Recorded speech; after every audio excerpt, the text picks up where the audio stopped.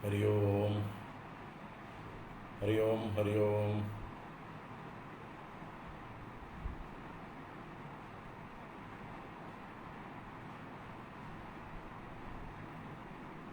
ഹരി ഓം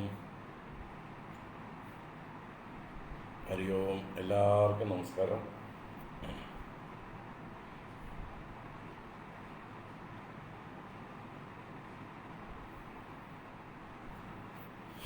നാരായണ.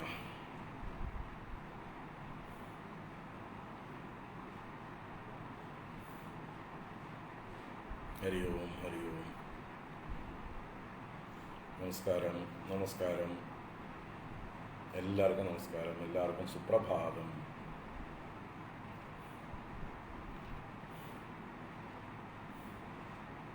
എല്ലാവർക്കും ചതയദിന ആശംസകൾ. നാരായണ ഗുരു ജയന്തി ആശംസകൾ.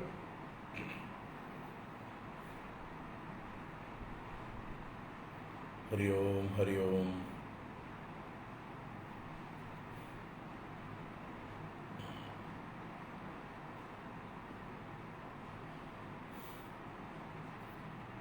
ഓം ശ്രുതിസ്മൃതിപുരാണാനാം ആലയം കരുണാലയം നമാമി ഭഗവത്പാദശങ്കരം ലോകശങ്കരം. ശങ്കരം ശങ്കരാചാര്യം കേശവം ബാദരായണം സൂത്രഭാഷ്യകൃതൗ വന്ദേ ഭഗവന്തൗ പുനഃ പുനഃ. ഈശ്വരോ ഗുരുരാത്മേതി മൂർത്തിഭേദവിഭാഗിനി വ്യോമവദ്വ്യാപ്തദേഹായ ദക്ഷിണാമൂർത്തയേ നമഃ. സദാശിവസമാരംഭാം ശങ്കരാചാര്യമധ്യമാം അസ്മദാചാര്യപര്യന്താം വന്ദേ ഗുരുപരമ്പരാം. ശിവം ശിവകരം ശാന്തം ശിവാത്മാനം ശിവോത്തമം ശിവമാർഗപ്രണേതാരം പ്രണതോസ്മി സദാശിവം. സർവമംഗളമാംഗല്യേ ശിവേ സർവാർത്ഥസാധികേ ശരണ്യേ ത്രയംബകേ ഗൗരീ നാരായണി നമോസ്തുതേ. സച്ചിദാനന്ദരൂപായ വിശ്വോത്പത്യാദിഹേതവേ താപത്രയ വിനാശായ ശ്രീകൃഷ്ണായ വയം നുമഃ.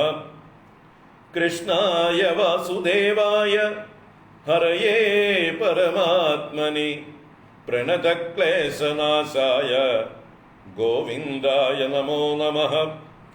കൃഷ്ണായ വാസുദേവായ ദേവകീനന്ദനായ ച നന്ദഗോപകുമാരായ ഗോവിന്ദായ നമോ നമഃ.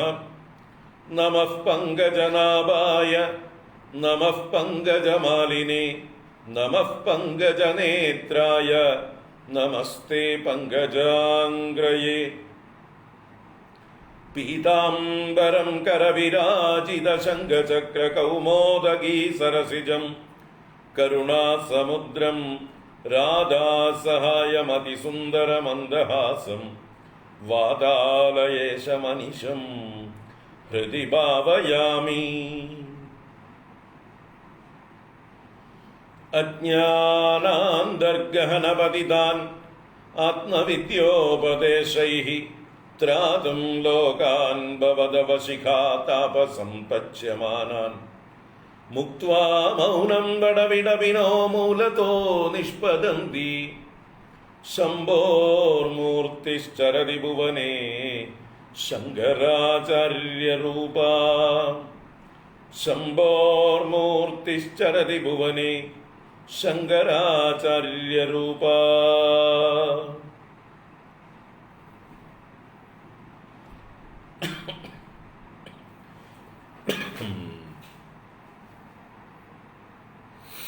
ഹരി ഓം.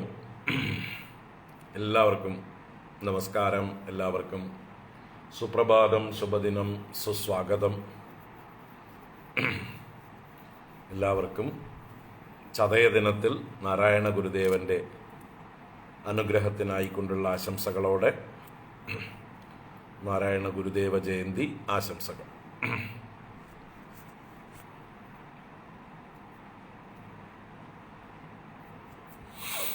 നാരായണ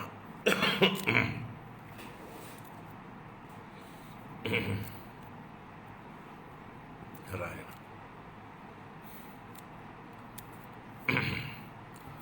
ഗുരുർബ്രഹ്മ ഗുരുർവിഷ്ണു ഗുരുർദേവോ മഹേശ്വരഃ ഗുരുസാക്ഷാത് പരം ബ്രഹ്മ തസ്മൈ ശ്രീ ഗുരവേ നമഃ.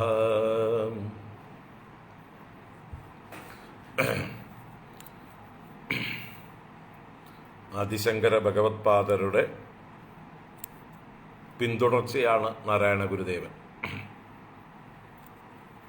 ആദിശങ്കര ഭഗവത്പാദർ അദ്ദേഹത്തിൻ്റെ കാലഘട്ടത്തിൽ എന്തൊക്കെ ആവശ്യമായിരുന്നുവോ അതൊക്കെ ചെയ്ത് സനാതനധർമ്മത്തെ നല്ലൊരു അടിത്തറയുള്ള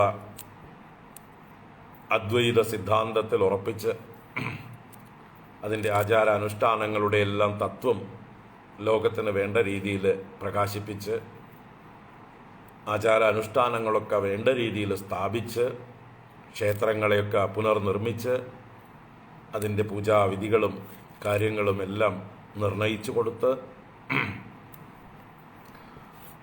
സനാതനധർമ്മത്തിൻ്റെ അകത്ത് തന്നെ ഉണ്ടായിരുന്ന കലഹങ്ങളെല്ലാം മതകലഹങ്ങളെല്ലാം സമന്വയിപ്പിച്ച് അദ്ദേഹത്തിൻ്റെ കാലഘട്ടത്തിൽ ഉണ്ടായിരുന്ന പലതരത്തിലുള്ളതായിട്ടുള്ള അനാചാരങ്ങളെയും അദ്ദേഹം ദൂരീകരിച്ചു.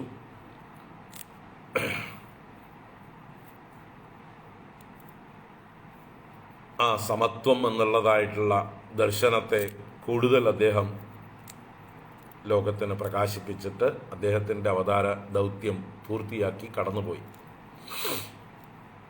അതിന് നൂറ്റാണ്ടുകൾക്ക് ശേഷം വീണ്ടും പ്രത്യേകിച്ച് കേരളത്തിൽ ആ സനാതനധർമ്മത്തിൽ പല പുഴുക്കുത്തുകളും അഴുക്കുകളും വന്നു ചേർന്നപ്പോൾ ആ അഴുക്കുകളെല്ലാം ശുദ്ധീകരിക്കുവാനും ആ പുഴുക്കുത്തുകളെല്ലാം നേരെയാക്കുവാനുമായിട്ട് ഭഗവാൻ തന്നെ സാക്ഷാൽ നാരായണനായി നാരായണ ഗുരുദേവനായി അവതരിച്ചു. ആ കാലത്ത് നാരായണ ഗുരുദേവൻ്റെ അവതാരകാലത്ത് എന്തൊക്കെയായിരുന്നു സാമൂഹ്യ പ്രശ്നങ്ങൾ, അതിനൊക്കെയുള്ള പരിഹാരം അദ്ദേഹം നല്ല രീതിയിൽ നിർദ്ദേശിക്കുകയും പ്രായോഗികമായി കാണിച്ചു കൊടുക്കുകയും ചെയ്തു. അതോടൊപ്പം തന്നെ ആചാര്യ ഭഗവത്പാദർ ചെയ്തിരുന്ന പ്രവൃത്തിയെ അതേ രീതിയിൽ തന്നെ പിന്തുടരുകയും ചെയ്തു. അദ്ദേഹം പലതവണ തൻ്റെ ശിഷ്യഗണങ്ങളോട് പ്രഖ്യാപിച്ചിട്ടുണ്ട്, തത്വത്തിൽ നാം ശങ്കരനെ പിന്തുടരുന്നു എന്ന്.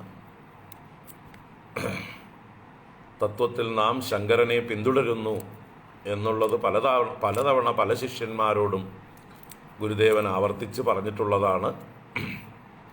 ശങ്കരാചാര്യരുടെ അദ്വൈത സിദ്ധാന്തം തന്നെയാണ് നാരായണ ഗുരുദേവൻ്റെയും സിദ്ധാന്തം.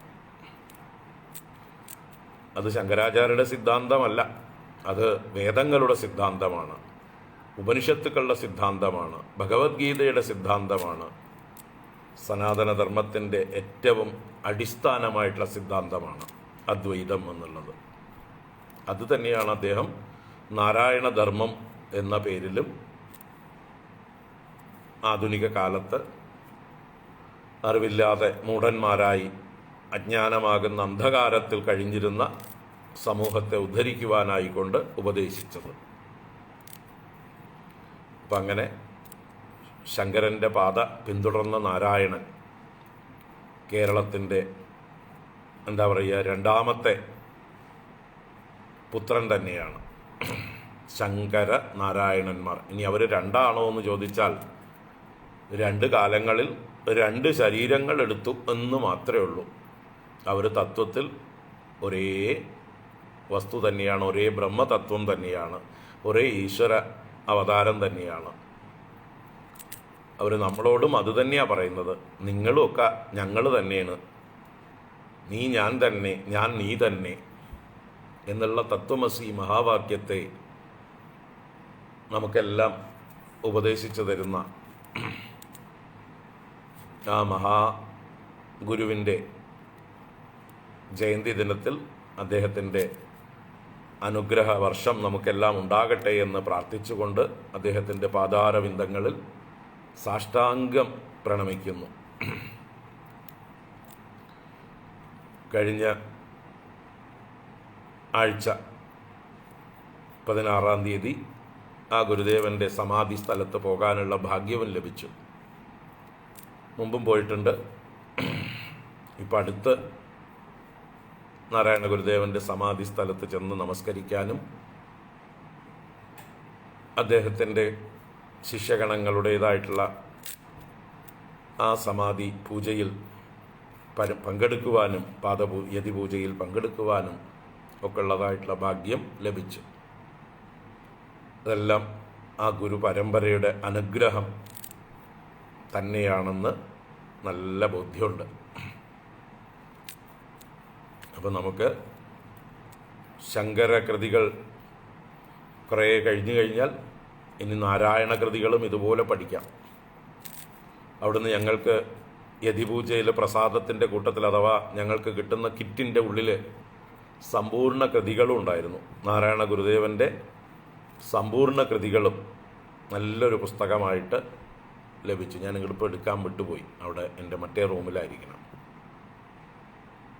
അതൊരു പ്രസാദമായിട്ട് കിട്ടി. പുതിയതായിട്ട് അവർ പ്രിൻ്റ് ചെയ്തതാണ്. നല്ല ബൈൻഡും നല്ല പേജും കനം കുറഞ്ഞ പേജിൽ വളരെ നല്ല രീതിയിൽ തെറ്റില്ലാതെ പ്രിൻ്റ് ചെയ്ത് ഇറക്കിയിട്ടുണ്ട്. സമ്പൂർണ്ണ നാരായണ കൃതികൾ, നാരായണ ഗുരുദേവ കൃതികൾ നമുക്ക് പിന്നീട് ചർച്ച ചെയ്യാം. എന്തായാലും ശങ്കരകൃതികൾ എന്നുള്ള ഒരു യജ്ഞത്തിൽ നമ്മൾ ഏർപ്പെട്ട് കഴിഞ്ഞിരിക്കുകയാണ്. അത് പൂർത്തിയാക്കാം നമുക്ക് ആദ്യം. അത് കഴിയട്ടെ. ഈ ശങ്കരനാരായണന്മാരാണ് കേരളത്തിൻ്റെ മാതൃകയാവേണ്ടത്, കേരളത്തിൻ്റെ ഗുരുനാഥന്മാരാവേണ്ടത്. ഇവരെ രണ്ടുപേരെയും മുറുക്കെ പിടിച്ചിട്ട് വേണം നമ്മുടെ വരും തലമുറകൾ മുന്നോട്ട് നടക്കാൻ. ഇവർ കാണിച്ചു തന്ന വഴിയിലൂടെ വേണം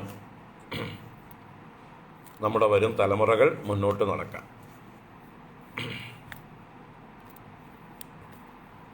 ആ സ്മരണ പുതുക്കിക്കൊണ്ട് ആ ഗുരുദേവൻ്റെ അതിമനോഹരമായിട്ടുള്ള ദൈവദശകം എന്ന ആ ഒരു സ്തോത്രത്തെ നമുക്ക് പ്രാർത്ഥിച്ചുകൊണ്ട് നമ്മുടെ ഭവാന്യ അഷ്ടകത്തിലേക്ക് നമുക്ക് തിരിച്ചു പോകാം.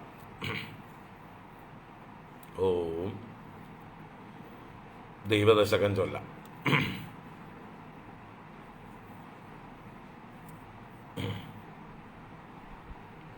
No, it's not in Sanskrit, it's in Malayalam alphabets.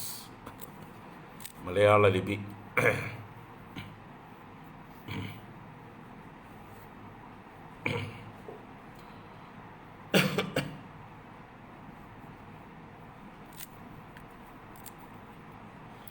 ഓം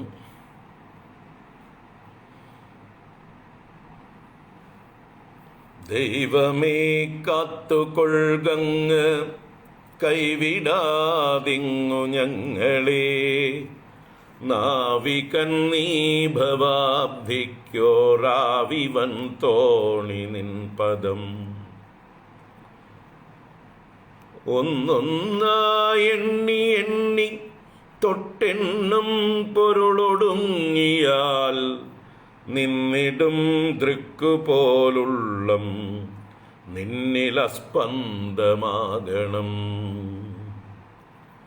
അന്നവസ്ത്രാദിമുട്ടാതെ തന്നു രക്ഷിച്ചു ഞങ്ങളെ, ധന്യരാക്കുന്ന നീയൊന്നു തന്നെ ഞങ്ങൾക്കു തമ്പുരാൻ.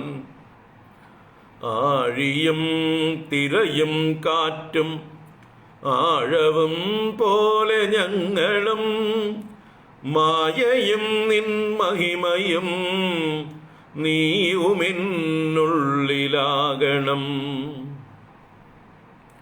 നീയല്ലോ സൃഷ്ടിയും സ്രഷ്ടാവായതും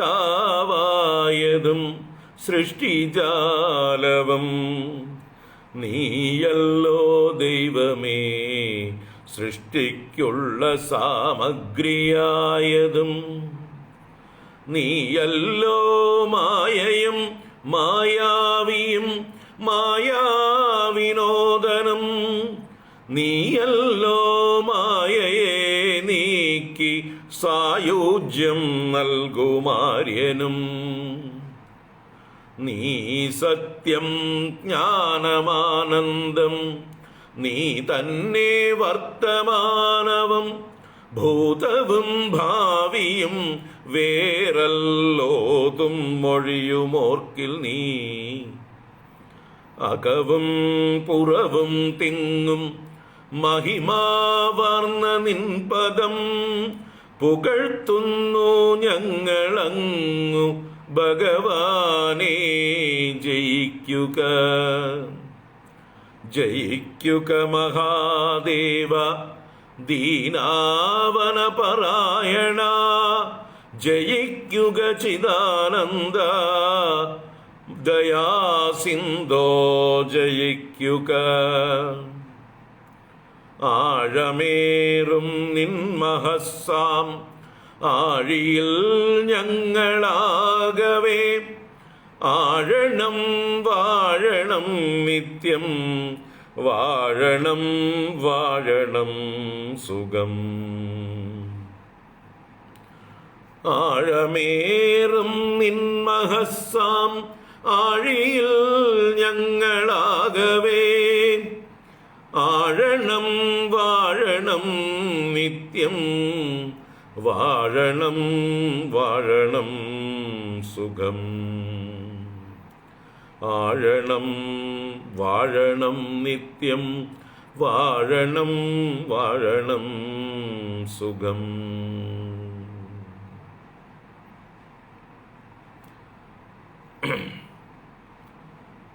നാരായണ ഗുരുദേവ കൃതം ദൈവദശകം സമ്പൂർണം.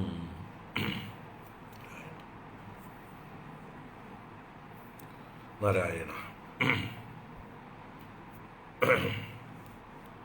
എല്ലാവർക്കും ആ ഗുരുദേവൻ്റെ പരിപൂർണമായിട്ടുള്ള അനുഗ്രഹം ഉണ്ടാവട്ടെ.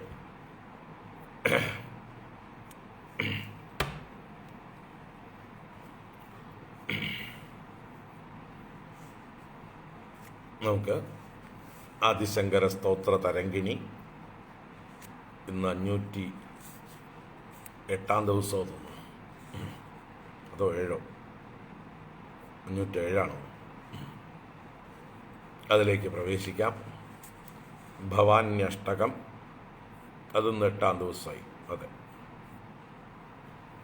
ഭവാന്യഷ്ടകം 8 ദിവസം, 507 ദിവസമായിരിക്കും. ഓം ആദിശങ്കര ഭഗവത്പാദകൃതം ഭവാന്യഷ്ടകം.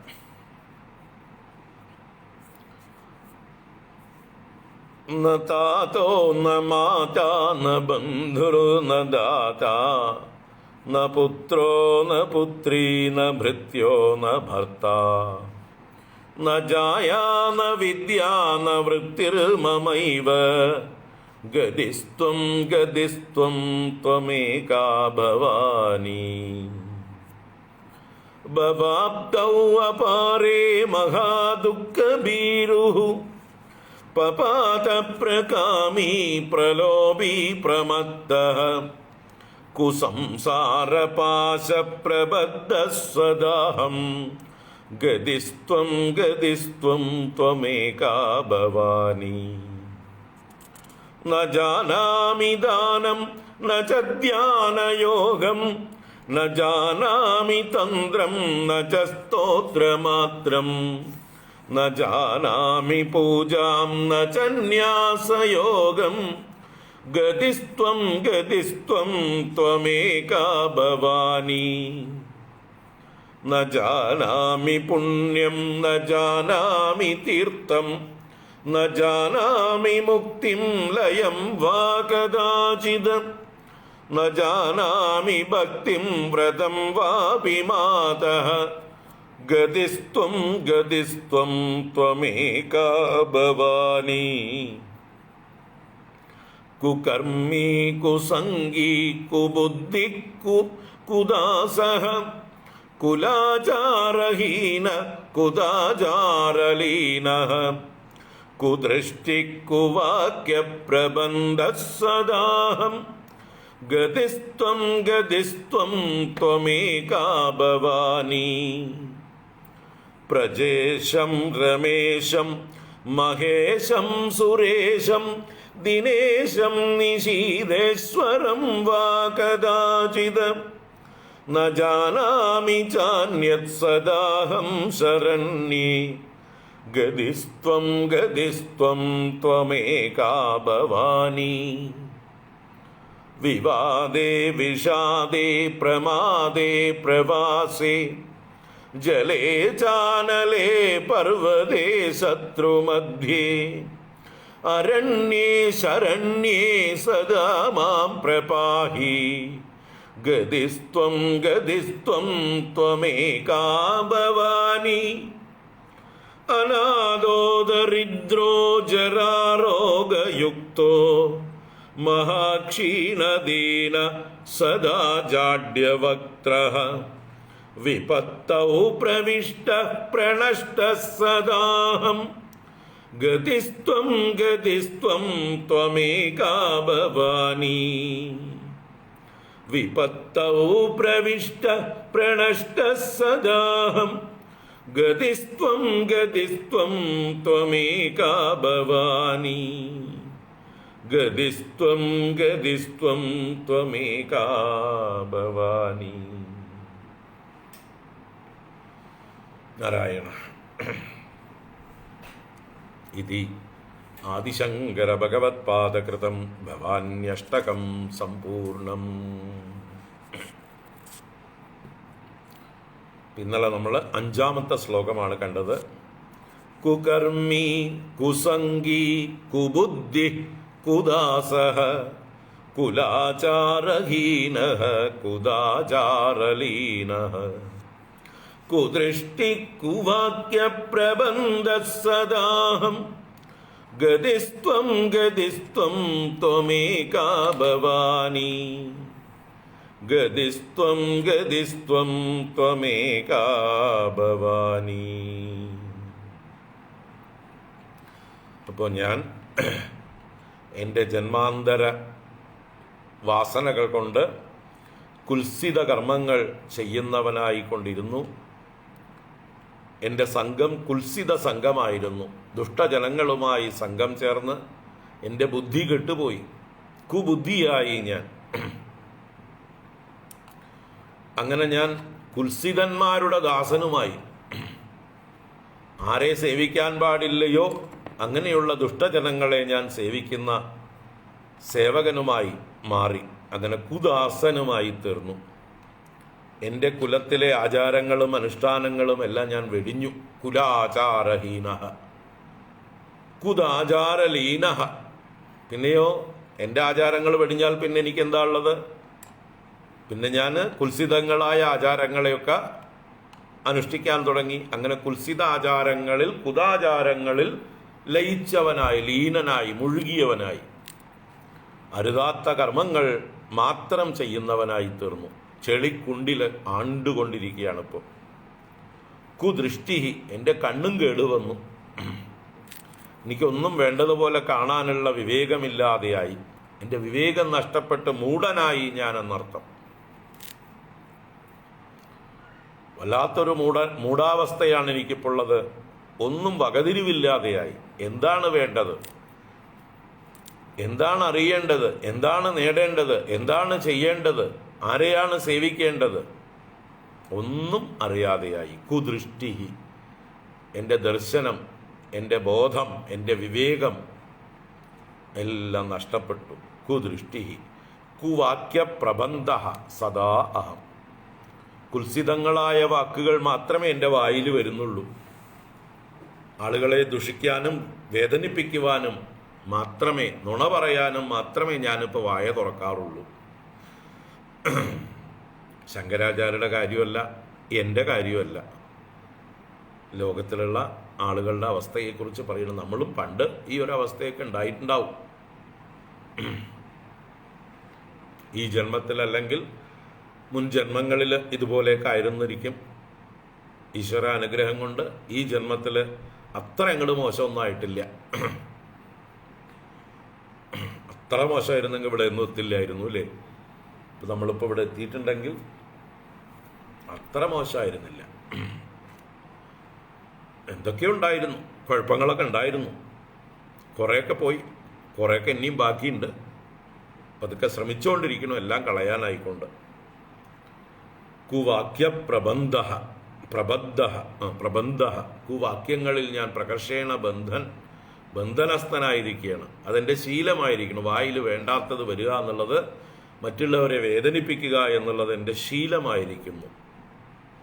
അങ്ങനെ ഈ എല്ലാം കുൽസിതമായത് പ്രവർത്തിച്ച് എൻ്റെ ഗതി ഇപ്പോൾ കുഗതിയാണ്.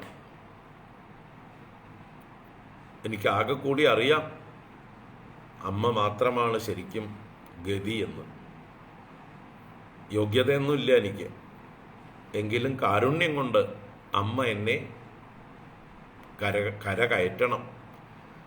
ഈ ചെളിക്കുണ്ടിൽ നിന്ന്, എൻ്റെ ഈ അരുതാത്ത വാസനകളിൽ നിന്ന് എല്ലാം അമ്മ തന്നെ വേണം കാരുണ്യം കൊണ്ട് കരകയറ്റാൻ. എൻ്റെ യോഗ്യത കൊണ്ടല്ല. എനിക്ക് ക്ലെയിം ചെയ്യാൻ ഒന്നുമില്ല, ഒരു യോഗ്യതയുമില്ല. പക്ഷെ അമ്മ കരുണാമൂർത്തിയാണെന്ന് എനിക്കറിയാം. അതുകൊണ്ട് ഞാൻ അമ്മയെ വിളിച്ച് കരയുകയാണ്. ഗതിസ്ത്വം ഗതിസ്ത്വം ത്വമേകാ ഭവാനി, ഗതിസ്ത്വം ഗതിസ്ത്വം ത്വമേകാ ഭവാനി. ഞാൻ വിളിച്ച് വിളിച്ച് കരയുകയാണ്. എനിക്ക് വേറൊന്നും അറിയില്ല. ചെയ്യുന്നതൊക്കെ അബദ്ധങ്ങളാണ്. അപ്പോൾ ഇതിൽ നിന്നൊക്കെ എന്നെ കരകയറ്റാൻ അമ്മ തന്നെ മനസ്സിരുത്തണം എന്നുള്ളൊരു ഭാവമാണ് 5-ാമത്തെ ശ്ലോകം. ഇനി 6-ാമത്തെ ശ്ലോകം അനന്യഭക്തിയെ സൂചിപ്പിക്കുകയാണ്. എനിക്ക് വേറെ ആരെയും അറിയില്ല, വേറൊരു ദേവതയെയും ഞാൻ ഉപാസിക്കുന്നില്ല. എനിക്ക് ആകെ അമ്മയെ മാത്രമേ അറിയുള്ളൂ, ഭവാനിയെ മാത്രമേ അറിയുള്ളൂ. വേറെ ആരെയും ഞാൻ വിളിക്കാറില്ല, അന്വേഷിക്കാറില്ല, എനിക്കറിയില്ല. അതുകൊണ്ട് അമ്മ മാത്രമാണ് എനിക്ക് ഗതി എന്ന് പറഞ്ഞുകൊണ്ട് അനന്യ ഭക്തിയെ, അനന്യ ശരണാഗതിയെ പ്രകടിപ്പിക്കുകയാണ്. പ്രജേശം രമേശം മഹേശം സുരേശം ദിനേശം നിശീതേശ്വരം വാ കദാചിത് ന ജാനാമി ചാന്യത് സദാഹം ശരണ്യേ ഗതിസ്ത്വം ഗതിസ്ത്വം ത്വമേകാ ഭവാനി. പ്രജേശം രമേശം മഹേശം സുരേശം ദിനേശം നിശീതേശ്വരം വാ കദാചിത് ന ജാനാമി ചാന്യത് സദാഹം ശരണ്യേ ഗതിസ്ത്വം ഗതിസ്ത്വം ത്വമേകാ ഭവാനി, ഗതിസ്ത്വം ഗതിസ്ത്വം ത്വമേകാ ഭവാനി.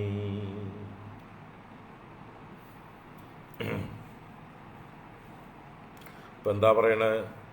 പ്രജേശം രമേശം മഹേശം സുരേശം ദിനേശം നിശീതേശ്വരം വാ കദാചിത് ന ജാനാമി ചാന്യത് സദാഹം ശരണ്യേ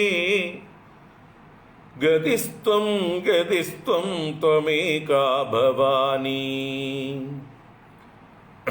അപ്പോൾ ഹേ ശരണ്യേ, അല്ലയോ ശരണം പ്രാപിക്കുവാൻ ഏറ്റവും യോഗ്യയായിരിക്കുന്നവളെ, ശരണം നൽകാൻ ശക്തിയുള്ളവളെ, ആർക്കും ശരണം കൊടുക്കാൻ, അഭയം കൊടുക്കുവാൻ ശക്തിയുള്ളവളാണ് ദേവി. അതുകൊണ്ട് ദേവിയെ ശരണ്യ എന്ന് വിളിക്കുന്നു. അപ്പോൾ ശരണ്യേ എന്നത് ശരണ്യ എന്നുള്ള നാമത്തിൻ്റെ സംബോധന. അപ്പോൾ ഹേ ശരണ്യേ സദാ അഹം അന്യത് ന ജാനാമി, എല്ലായ്പ്പോഴും ഞാൻ വേറൊന്നും അറിയുന്നില്ല, വേറെ ആരെയും അറിയുന്നില്ല. I don't know anybody else. ഞാൻ മറ്റുള്ള ദേവതകൾക്കൊക്കെ ഞാൻ അപരിചിതനാണ്. അവരെ എനിക്കും അറിയില്ല, അവർക്ക് എന്നെ അറിയില്ല. എനിക്ക് ആകെ ഒരു അമ്മയേ ഉള്ളൂ ബന്ധുവായിട്ട്. അത് ശരണ്യയായ ഭവാനിയായ അമ്മ തന്നെയാണ് ത്വമേകാ ഗതി എന്ന് ഉറപ്പിച്ചു പറയുകയാണ്. അപ്പോൾ കഥാചിത് ന ജാനാമി, ഒരിക്കലും ഞാൻ ആരെയും അറിയുന്നില്ല. സദാ അഹം ശരണ്യയായ അമ്മയെ മാത്രം ശരണം പ്രാപിക്കുന്നു. അപ്പോൾ ആരെയൊക്കെയാണ് എടുത്തു പറഞ്ഞത് ഇവിടെ? പ്രജേശം, രമേശം, മഹേശം, സുരേശം, ദിനേശം, നിശീതേശ്വരം വാ കഥാചിത്. പ്രമുഖന്മാരായിട്ടുള്ള ഒരു 6 പേരെ പറഞ്ഞു. ആരൊക്കെയാണ്? പ്രജേശൻ. പ്രജേശൻ എന്ന് പറഞ്ഞാൽ ഇവിടെ പ്രജകളെ സൃഷ്ടിക്കുന്ന പ്രജാപതി എന്നൊക്കെ അറിയപ്പെടുന്ന പിതാമഹനായ ബ്രഹ്മദേവൻ. അപ്പോൾ ബ്രഹ്മദേവനെയാണ് ഇവിടെ പ്രജേശ ശബ്ദം കൊണ്ട് ഉദ്ദേശിച്ചത്. പ്രജകളുടെ ഈശൻ, പ്രജകളുടെ എല്ലാം നാഥൻ, പ്രജകളുടെ എല്ലാം ജനിപ്പിക്കുന്നവൻ പ്രജാപതി. മറ്റു പ്രജാപതിമാർക്കും പതിയാണ് അദ്ദേഹം. അത്രി, വസിഷ്ഠൻ, പുലഹൻ, പുലസ്ത്യൻ മുതലായിട്ടുള്ള പ്രജാപതിമാർ വേറെയുണ്ട്. മനു ഒരു പ്രജാപതിയാണ്, സ്വയംഭുവ മനു. അതുപോലെ കശ്യപൻ, കർദമൻ മുതലായി, ദക്ഷൻ മുതലായ പ്രജാപതിമാരുണ്ട്. ഇവർക്കൊക്കെ പതിയാണ് ആര്? ബ്രഹ്മദേവൻ. ഇവരുടെ എല്ലാം പിതാവായിട്ടുള്ള ബ്രഹ്മദേവൻ. അപ്പം അദ്ദേഹത്തെയാണ് ഇവിടെ പ്രജേശൻ എന്ന് പറഞ്ഞത്. അഹം പ്രജേശം ന ജാനാമി, എനിക്ക് സൃഷ്ടികർത്താവായ ബ്രഹ്മദേവനെ ഒന്നും അറിയില്ല, എനിക്ക് യാതൊരു പരിചയവുമില്ല, എനിക്കിതുവരെ ഭജിച്ച ശീലവുമില്ല. അതുകൊണ്ട് ഞാൻ പ്രജേശനെ ആശ്രയിക്കാറില്ല. ഇനി രമേശം. രമേശം രമായാഹ ഈശം, ഈശഃ. രമയുടെ ഈശൻ ലക്ഷ്മീപതി വിഷ്ണു. വിഷ്ണുവിനെയും എനിക്കറിയില്ല, രമേശനെയും എനിക്കറിയില്ല. സ്ഥിതികർത്താവായ പരിപാലന കർത്താവായിട്ടുള്ള വിഷ്ണുവിനെയും എനിക്ക് വേണ്ടത്ര പരിചയമില്ല, അദ്ദേഹത്തെയും ഞാൻ വിളിക്കാറില്ല. എനിക്ക് ആകെ അറിയുന്നത് അമ്മയെ മാത്രം. രമേശം ന ജാനാമി. മഹേശം, മഹാനായ ഈശൻ, ഈശന്മാരിൽ വെച്ച് മഹാൻ, മഹാദേവൻ, സംഹാരരുദ്രൻ. അപ്പം ത്രിമൂർത്തികളെ 3ആയി, 3ഉം പറഞ്ഞു. ബ്രഹ്മാവ്, വിഷ്ണു, മഹേശൻ, 3 പേരെയും എനിക്കറിയില്ല. സുരേശം ന ജാനാമി. സുരേശൻ ദേവാനാമീശഃ, സുരാണാമീശഃ, ദേവേന്ദ്രൻ, ശചീപതി. അപ്പോൾ ദേവേന്ദ്രനെയും എനിക്കറിയില്ല. ദേവേന്ദ്രനെ അറിയില്ല എന്ന് പറഞ്ഞതിലൂടെ പിന്നെ ദേവേന്ദ്രൻ്റെ കീഴിലുള്ള മറ്റ് ഉപദേവന്മാരെയൊക്കെ അറിയുമോ? വായു, അഗ്നി, വരുണൻ, യമൻ, കുബേരൻ, അങ്ങനെയുള്ള അശ്വിനി ദേവന്മാർ, മരുത്തുക്കൾ, അഷ്ടവസുക്കൾ ഒന്നും അറിയില്ല. ഇന്ദ്രനെ അറിയില്ലെങ്കിൽ പിന്നെ അദ്ദേഹത്തിൻ്റെ അനുജന്മാരെയൊക്കെ അറിയൂ. അതുകൊണ്ട് അവരെയും അറിയില്ല എന്നർത്ഥം. സുരേശം ന ജാനാമി എന്ന് പറയുന്നതിലൂടെ മറ്റ് ദേവന്മാരെയും ദിക്പാലകന്മാരെയും ഒക്കെ അതിൽ പെടുത്തുക. ദിനേശം ന ജാനാമി. ദിനേശൻ ആരാ? സൂര്യഭഗവാൻ. സൂര്യഭഗവാനെയും എനിക്ക് ഉപാസിക്കാനൊന്നും അറിയില്ല, യാതൊരു തരത്തിലുള്ള ബന്ധവുമില്ല. ലോകത്തിലെല്ലാവർക്കും സൂര്യഭഗവാനുമായിട്ടുള്ള ബന്ധമുണ്ട്, അതുപോലെയുള്ളൊരു ബന്ധം എനിക്കുള്ളൂ. അല്ലാതെ ഞാൻ അദ്ദേഹത്തെ ഈശ്വരനായിട്ടൊന്നും വിചാരിച്ചിട്ടില്ല, ഭജിച്ച് ശീലമില്ല. സുരേശം ന ദിനേശം ന ജാനാമി. നിശീതേശ്വരം വ. നിശീതേശ്വരനെയും അറിയില്ല. നിശീതേശ്വരനാരാ? നിശീതിയുടെ ഈശ്വരൻ.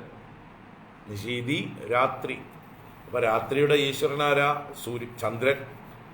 അപ്പൊ ചന്ദ്രഭഗവാനെയും എനിക്ക് അറിയില്ല. അപ്പൊ സൂര്യചന്ദ്രന്മാരെയോ ഇന്ദ്രാദി ദേവന്മാരെയോ മറ്റ് ത്രിമൂർത്തികളെയോ ഒന്നും കഥാചിത് ന ജാനാമി. അന്യത് വേറെ ഒരാളെയും എനിക്ക് യാതൊരു പരിചയവുമില്ല, യാതൊരു താല്പര്യവുമില്ല, ഞാൻ ഭജിക്കാറില്ല. അവരൊന്നും അത്ര വലിയവരാണെന്നും എനിക്ക് തോന്നിയിട്ടില്ല അമ്മയുടെ മുമ്പിൽ. ശരണ്യയായ അമ്മയുള്ളപ്പോൾ, എല്ലാം തികഞ്ഞ, എല്ലാവർക്കും ശരണം കൊടുക്കാൻ ശക്തിയുള്ള സർവശക്തയായ അമ്മയുള്ളപ്പോൾ പിന്നെ ഞാനെന്തിന് മറ്റുള്ളവരെ ഭജിക്കണം? അതുകൊണ്ട് ഞാൻ ആരുടെയും പുറകെ ഇതുവരെ പോയിട്ടില്ല. അതുകൊണ്ട് ശരണ്യയായ ത്വമേകാ മമ ഗതി മമ ഗതി. ദേവി ഒരുവൾ മാത്രമാണ് എനിക്ക് ഗതി, എനിക്ക് ആശ്രയം, എനിക്ക് അഭയം. അമ്മ തന്നെ എന്നെ രക്ഷിക്കണം ഹേ ഭവാനി. അമ്മ തന്നെ എന്നെ രക്ഷിക്കണം. വേറെ ആർക്കും എന്നെ വിട്ടുകൊടുക്കണ്ട. കാരണം ആർക്കും എന്നിൽ താല്പര്യം ഉണ്ടാവില്ല. കാരണം ഞാൻ ആരെയും പരിചയമില്ലേ. പരിചയം ഉണ്ടായിട്ട് തന്നെ ആൾക്കാർക്ക് താല്പര്യമില്ല. നമ്മൾ അവരെ സേവിച്ചിട്ട് തന്നെ അവർക്ക് താല്പര്യമില്ല. പിന്നെ പരിചയവും സേവയും ഒന്നും ഇല്ലാതിരുന്നാൽ പിന്നെ പറയേണ്ടതുണ്ടോ? അതുകൊണ്ട് വേറെ ആരെങ്കിലും എന്നെ രക്ഷിച്ചോളും, മറ്റു നാഥന്മാരുണ്ട് എന്ന് എന്നെ കരുതി ഉപേക്ഷിക്കരുതേ, ഉപേക്ഷിക്കരുതേ. എനിക്ക് ആകെ ഒരു ഗതിയേ ഉള്ളൂ, ഒരു ശരണമേ ഉള്ളൂ. അത് അമ്മ മാത്രം, അമ്മ മാത്രം. ഇതാണ് ഈ ഒരു ശ്ലോകത്തിൻ്റെ പ്രാർത്ഥനയുടെ ഭാവം. അനന്യഭക്തി, അനന്യ ശരണാഗതി, അതാണ് ഇവിടെ കാണുന്നത്. പ്രജേശം രമേശം മഹേശം സുരേശം ദിനേശം നിശീതേശ്വരം വാ കദാചിത് ന ജാനാമി ചാന്യത് സദാഹം ശരണ്യേ ഗതിസ്ത്വം ഗതിസ്ത്വം ത്വമേകാ ഭവാനി. ഗതിസ്ത്വം ഗതിസ്ത്വം ത്വമേകാ ഭവാനി.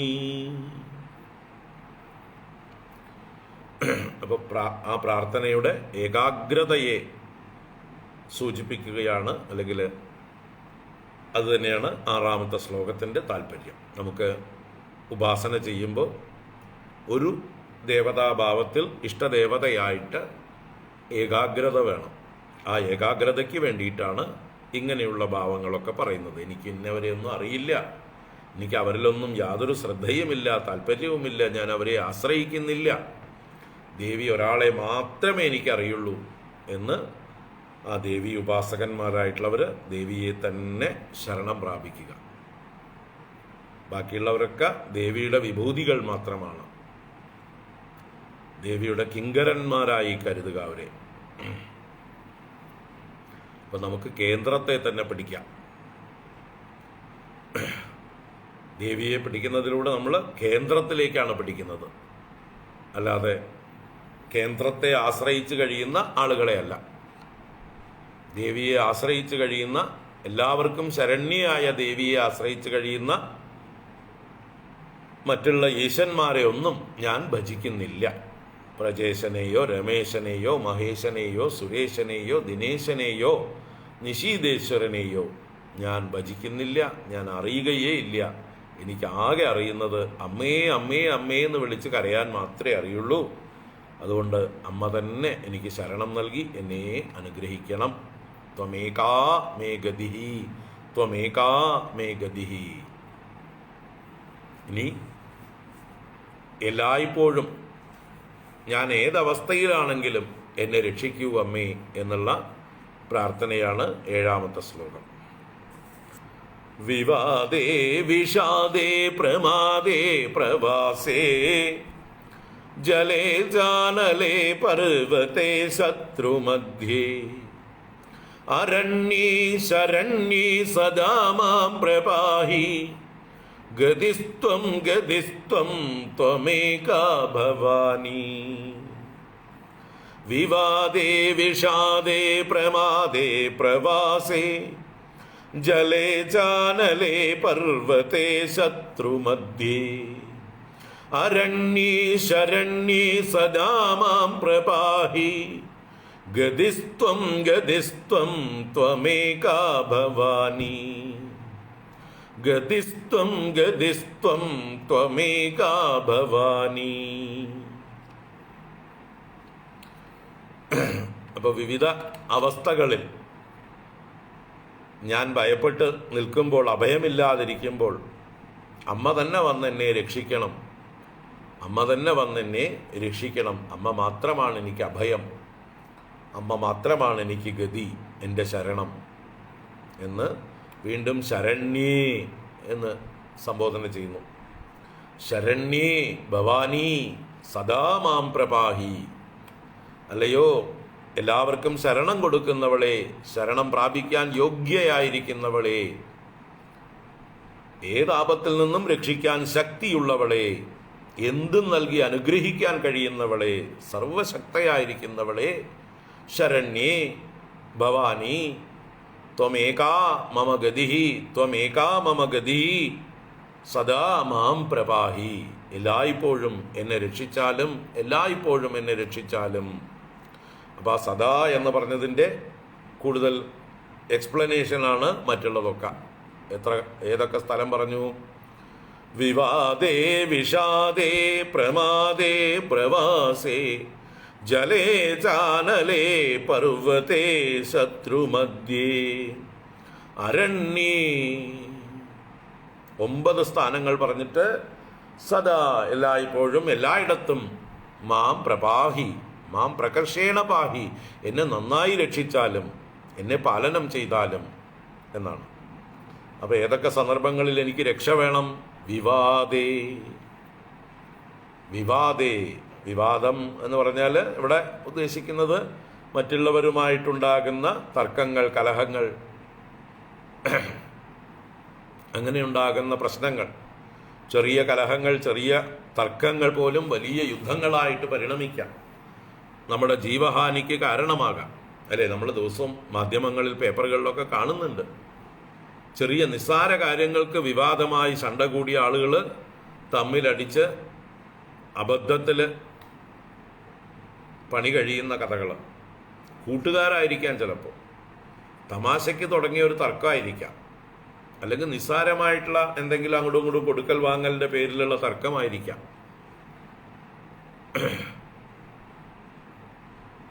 അതുതന്നെ വലിയ ആപത്തിലേക്ക് നയിക്കാം.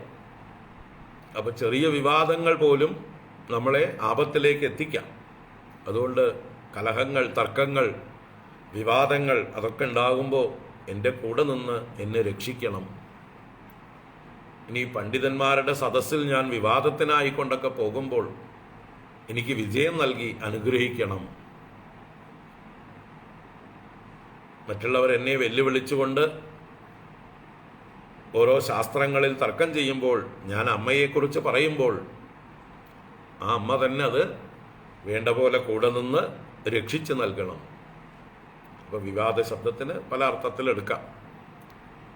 അങ്ങനെ വിവാദ സന്ദർഭങ്ങളിൽ എന്നെ രക്ഷിച്ചാലും മാം പ്രപാഹി. വിഷാദേ, ഞാൻ തളരുമ്പോൾ, എനിക്ക് ക്ഷീണമുണ്ടാകുമ്പോൾ, എനിക്ക് ദുഃഖമുണ്ടാകുമ്പോൾ, ഞാൻ പല സന്ദർഭങ്ങളിലും പരാജയപ്പെടുമ്പോൾ, ഞാൻ ഡിപ്രസ്ഡ് ആവുമ്പോൾ എന്നെ ആ ഡിപ്രഷനിൽ നിന്ന് രക്ഷിച്ച് കരകയറ്റി എന്നെ ഉത്സാഹഭരിതനാക്കണം, എന്നെ വിജയശ്രീ ലാളിതനാക്കണം. ഏത് വിഷാദത്തിലും എന്നെ കൈപിടിച്ച് എനിക്ക് അഭയം നൽകണം. മാം പ്രപാഹി, മാം പ്രപാഹി. വിഷാദേ, ഏത് വിഷമഘട്ടത്തിലും എൻ്റെ കൂടെ ഉണ്ടാവണം എന്ന് താല്പര്യം. വിഷാദേ. പ്രമാദേ, പ്രമാദം എന്ന് പറഞ്ഞാൽ എൻ്റെ അശ്രദ്ധ. അശ്രദ്ധ കൊണ്ട് എനിക്ക് പല ആപത്തുകളും വരാം. ഉറങ്ങിക്കിടക്കുമ്പോൾ ആപത്തുകൾ സംഭവിക്കാം.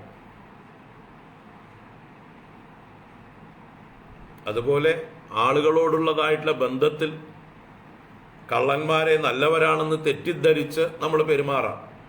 അതിൽ നമുക്ക് വലിയ കഷ്ടനഷ്ടങ്ങളോ ജീവഹാനി വരെ സംഭവിക്കാം. അതും പ്രമാദമാണ്. ജാഗ്രത കുറവാണ് പ്രമാദം. അശ്രദ്ധ. അതുപോലെ ഏത് പ്രവൃത്തി ചെയ്യുമ്പോഴും, ഏത് തൊഴിലെടുക്കുമ്പോഴും അബദ്ധം പറ്റാം. അല്ലേ? യന്ത്രസാമഗ്രികൾ കൊണ്ട് പണിയെടുക്കുന്നവർക്കൊരു അബദ്ധം പറ്റിയാൽ എന്താ സംഭവിക്കുക എന്ന് പറയാൻ പറ്റില്ല. പല ഫാക്ടറികളിലും അങ്ങനെയുള്ള പല സംഭവങ്ങൾ, അത്യാഹിതങ്ങൾ സംഭവിച്ചത് നമുക്കറിയാം. പല ഉപകരണങ്ങൾ കൊണ്ട്, യന്ത്ര ഉപകരണങ്ങൾ കൊണ്ട് പെരുമാറുമ്പോൾ പല അബദ്ധങ്ങൾ സംഭവിക്കാം. എന്തിന്? അടുക്കളയിൽ കറിക്കത്തി കൊണ്ട് തന്നെ ധാരാളം മതി, അല്ലേ? പിന്നെ വീട്ടിൽ ഇലക്ട്രിസിറ്റി ഉപയോഗിച്ചുകൊണ്ടുള്ള പലതും ചെയ്യുമ്പോൾ സംഭവിക്കാം. അപ്പോൾ പ്രമാദം എന്നുള്ളത് നമ്മുടെ അശ്രദ്ധ കൊണ്ട്, ശ്രദ്ധക്കുറവ് കൊണ്ട്, നമ്മുടെ ആലസ്യം കൊണ്ട്, നമ്മുടെ ജാഗ്രത കുറവ് കൊണ്ട് സംഭവിക്കുന്നതായിട്ടുള്ള അബദ്ധങ്ങൾ, ദുരിതങ്ങൾ, ക്ലേശങ്ങൾ, കഷ്ടങ്ങൾ, അതൊക്കെ തന്നെയാണ് പ്രമാദം. വണ്ടി ഓടിക്കുമ്പോൾ അശ്രദ്ധയുണ്ടായാൽ നിമിഷ നേരം കൊണ്ട് മറ്റുള്ളവർക്കും നമുക്കും ദുരിതം. കണ്ണടച്ച് തുറക്കുമ്പോഴേക്കും പലതും സംഭവിക്കാം. വളരെ വേഗത്തിൽ വണ്ടി ഓടിക്കുകയാണെങ്കിൽ ഒരു നിമിഷത്തെ പ്രമാദം, ഒരു കണ്ണടച്ച് തുറക്കുന്ന ഒരു പ്രമാദം മതി.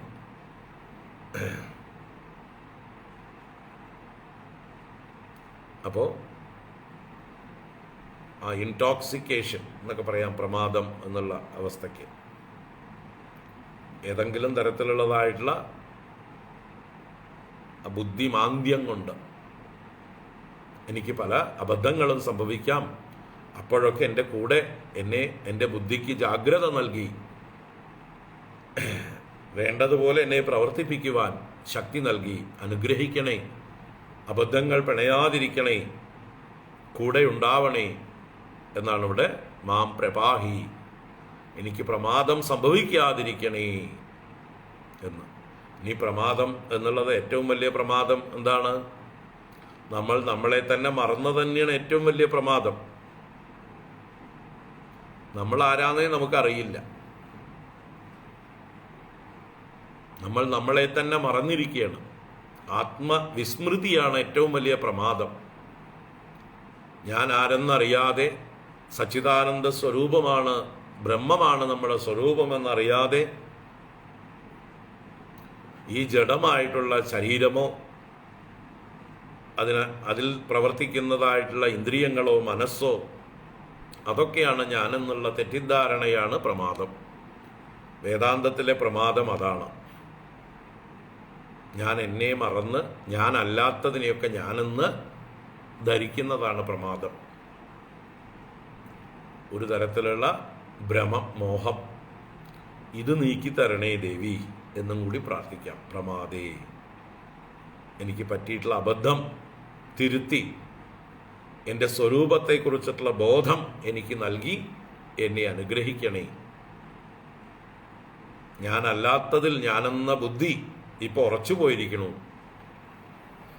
ഈ ദേഹാദികളിലുള്ള എൻ്റെ ആത്മബുദ്ധിയെ മാറ്റി സച്ചിദാനന്ദ സ്വരൂപമാണ് എൻ്റെ യഥാർത്ഥ സ്വരൂപം എന്നുള്ള ബോധം എന്നിൽ ഉറപ്പിച്ചു തന്നാലും,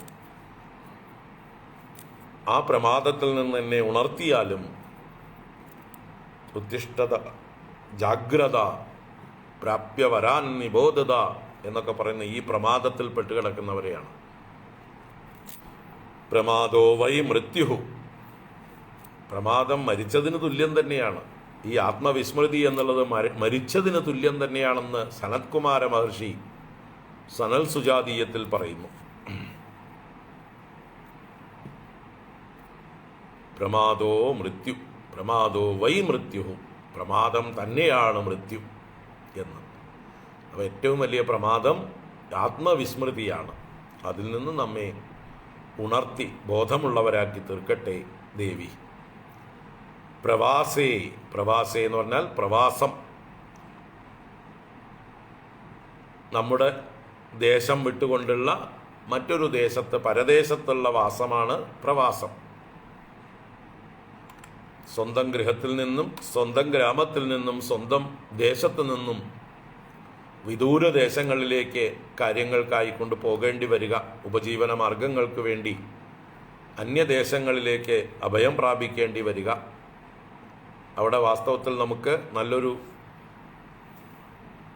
വാസസ്ഥാനമോ നല്ലൊരു അഡ്രസ്സോ സ്വസ്ഥതയോ ഒന്നുമില്ല. തൽക്കാലത്തേക്ക് അവിടുന്ന് സമ്പാദിച്ചിട്ട് വേണം സ്വദേശത്തേക്ക് മടങ്ങി വരാൻ, എന്നിട്ട് സുഖമായി കഴിയാൻ എന്ന് കരുതിയിട്ടാണ് പലരും പ്രവാസം അനുഷ്ഠിക്കുന്നത്, അല്ലേ?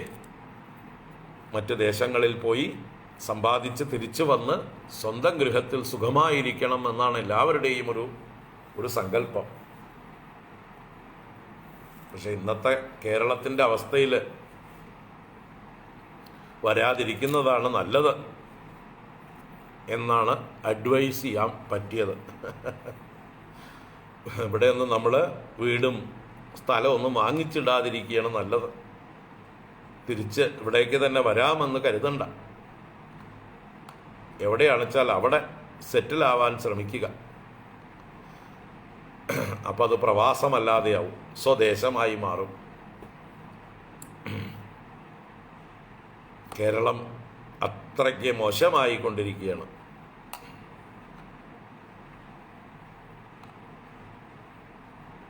ചിന്തിക്കുക. അപ്പോൾ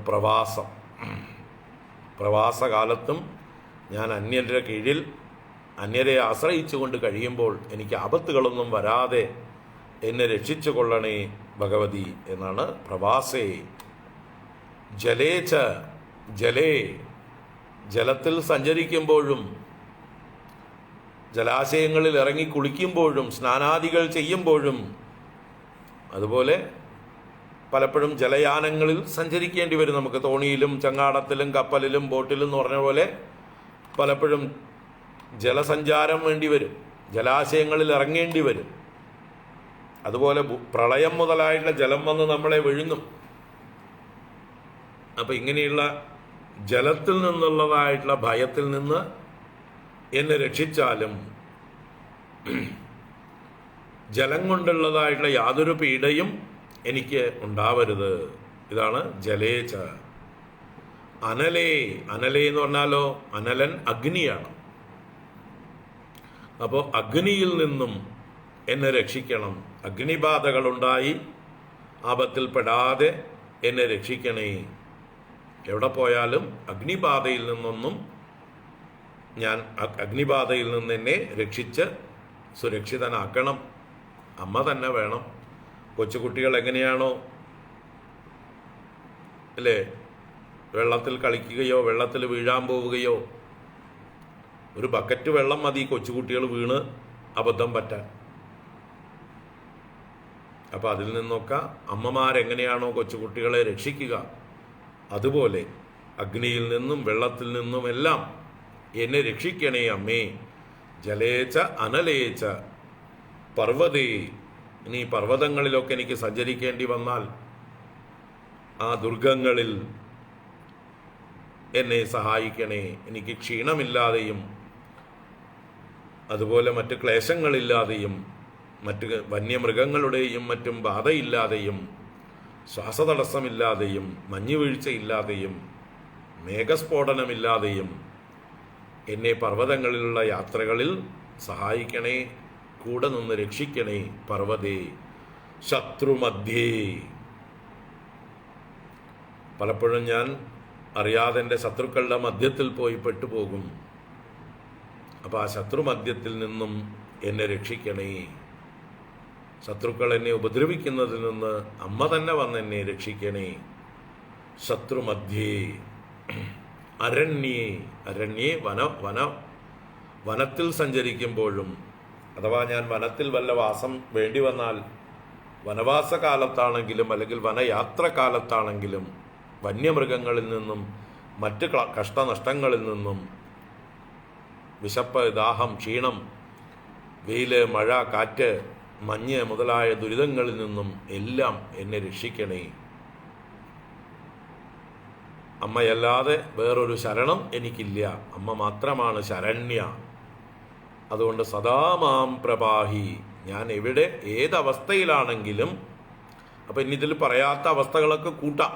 ഞാൻ ഉണർന്നിരിക്കുമ്പോഴും, ഞാൻ സ്വപ്നം കാണുമ്പോഴും, ഞാൻ ഉറങ്ങുമ്പോഴും, ഞാൻ ഇരിക്കുമ്പോഴും, ഞാൻ കിടക്കുമ്പോഴും, ഞാൻ ഭക്ഷണം കഴിക്കുമ്പോഴും, നടക്കുമ്പോഴും, ഓടുമ്പോഴും, അല്ലേ, അങ്ങനെ എൻ്റെ ഏതെല്ലാം ഉത്തരവാദിത്വങ്ങൾ, കർമ്മങ്ങൾ ഞാൻ ചെയ്തുകൊണ്ടിരിക്കുമ്പോഴും, ഏത് വ്യവഹാരത്തിലും എപ്പോഴും എൻ്റെ കൂടെ ഇരുന്ന് എന്നെ രക്ഷിക്കണേ. എങ്ങനെയാണോ കൊച്ചു കുഞ്ഞുങ്ങളെ അമ്മ രക്ഷിക്കുന്നത്, അതുപോലെ എല്ലാ അവസ്ഥയിലും എന്നെ രക്ഷിക്കണേ. അമ്മ മാത്രമാണ് എനിക്ക് ഗതി. അമ്മ മാത്രമാണ് എനിക്ക് ഗതി.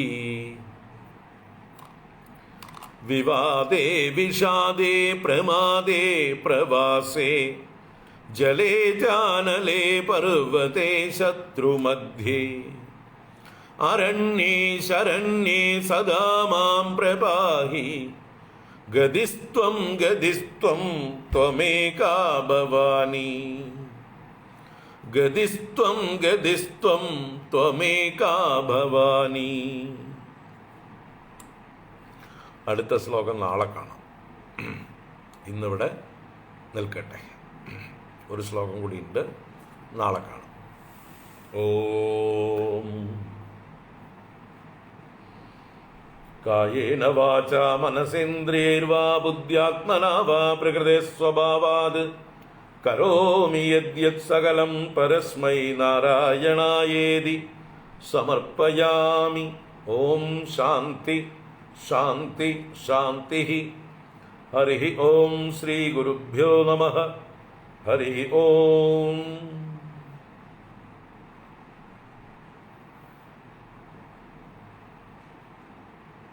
ഹരി ഓം. അപ്പോൾ ഇന്ന് 4-ാം ഓണം, ചതയദിനം, നാരായണ ഗുരുജയന്തി, എല്ലാ ആശംസകളും. ഇന്നുകൂടി നമുക്ക് എന്താ പറയുക, മറ്റ് ക്ലാസ്സുകളില്ല. നാളെ തൊട്ട് ഭാഗവത ജ്ഞാനഗംഗ ആരംഭിക്കാം. സുന്ദരകാന്ഡം ബാക്കിയായതെന്ന് തുടങ്ങാം. വൈകുന്നേരം സുന്ദരകാന്ഡം, രാവിലെ 10:30 ഭാഗവത ജ്ഞാനഗംഗ. ആ യജ്ഞം തുടരാം നമുക്ക്. ഇന്ന് വരയ്ക്ക് ഓണം വെക്കേഷൻ, ഓണം ഹോളിഡേയ്സ്. എല്ലാവർക്കും വീടുകളിലൊക്കെ തിരക്കുകളുണ്ടെന്നറിയാം. ബന്ധുക്കളുടെ സമാഗമം, അങ്ങോട്ടും ഇങ്ങോട്ടും ഒക്കെ പോക്ക്, അതൊന്നും മുടക്കണ്ട. പരസ്പരമുള്ള ബന്ധങ്ങൾ കളഞ്ഞു കുളിക്കണ്ട, ഇരിക്കട്ടെ. സ്നേഹബന്ധങ്ങളൊക്കെ എന്നും നിലനിർത്തേണ്ടത് തന്നെയാണ്. മമതയില്ലാതെ സ്നേഹിക്കുക, ആശ്രയിക്കാതെ സ്നേഹിക്കുക. ബന്ധുക്കളെയൊക്കെ നമ്മൾ അങ്ങോട്ട് സഹായിക്കാനുള്ള അവസരം ഉപയോഗിക്കുക. അങ്ങോട്ട് എന്ത് കൊടുക്കാൻ പറ്റുമെന്ന് ചിന്തിക്കുക. അതാണ് ഈ സന്ദർഭങ്ങളിലൊക്കെ ചെയ്യേണ്ടത്. എന്ത് കിട്ടുമെന്ന് പ്രതീക്ഷിക്കാതിരിക്കുക. ആരിൽ നിന്നും എന്ത് കിട്ടും എന്ന് ചിന്തിക്കാതിരിക്കുക. അങ്ങോട്ട് കൊടുക്കാൻ ഏതൊക്കെ അവസരമുണ്ടോ അതൊക്കെ ഉപയോഗിക്കുക, യഥാശക്തി ഉള്ളതിനനുസരിച്ച്. ഹരി ഓം. ഹരി ഓം. അപ്പോൾ നാളെ കാണാം വീണ്ടും. ഹരി ഓം.